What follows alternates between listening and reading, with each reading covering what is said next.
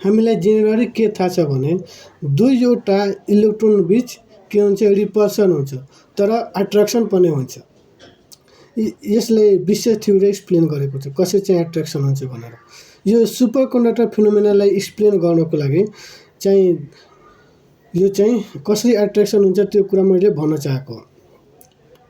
यो एक्चुअलमा चाहिँ कन्डक्टरहरू कस्तो हुन्छ भने एउटा रेगुलर प्याटर्न्समा आयन्सहरू अरेन्ज भएको हुन्छ भनेको एउटा ल्याटिसहरूको ठाउँमा सबैमा चाहिँ आयन्सहरू अरेन्ज भएर बसेको हुन्छ।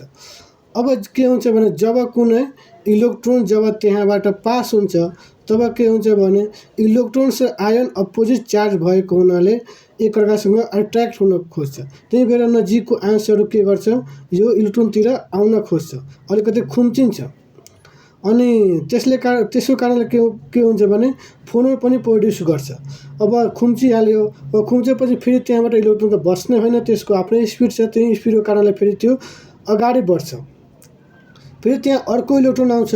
अब अर्को इलेक्ट्रोन आउँदाखेरि त्यहाँ के भयो त चार्ज डेन्सिटी त बढिसकेको छ किनभने खुम्चेको छ यो चाहिँ आयन्सहरू, त्यसको कारणले अर्को इलेक्ट्रोनलाई तान्छ आफूतिर।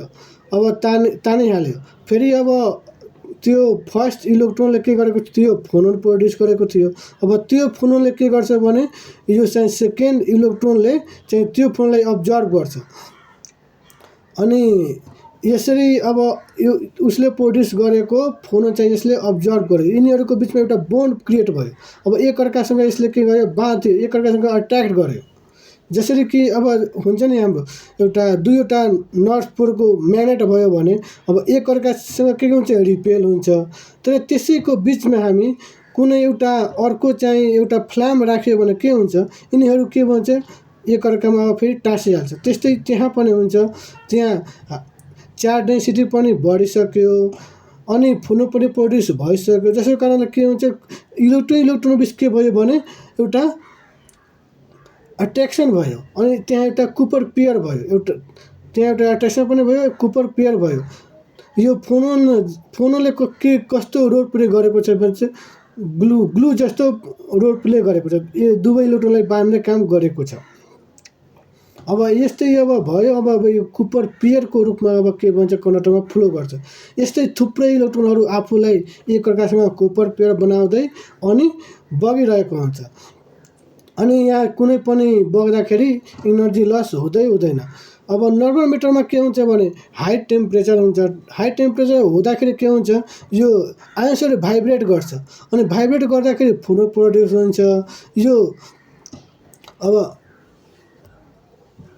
फोनोन प्रड्युस गर्छ अनि फोनोन प्रड्युस गर्छ अनि त्यसले बाहिर निस्कन खोज्छ अनि त्यहाँ जुन कुपर पेयर भएको हुन्छ त्यो त एकअर्कामा ठोकेर के हुन्छ ठोक्दाखेरि के हुन्छ त्यहाँ आफ्नो कुपर पेयर चाहिँ ब्रेक भइहाल्छ, जसको कारणले त्यहाँ चाहिँ इनर्जी लस हुन्छ। त्यही भएर त्यहाँ जिरो रेजिस्टिभिटी नर्मल कन्डक्टरमा हुँदैन, तर सुपर कन्डक्टरमा यस्तो कुनै फिनोमेना हुँदैन। त्यही भएर त्यहाँ के हुन्छ भने रेजिस्टिभिटी जिरो हुन्छ र मजाले चाहिँ इलेक्ट्रोनहरू फ्लो हुन्छ।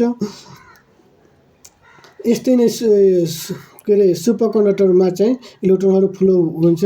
त्यही भएर यहाँ चाहिँ कुनै रुकावट नभएको हुनाले त्यहाँ इलेक्ट्रोनहरू बगेको हुन्छ कुपर पेयरको रूपमा।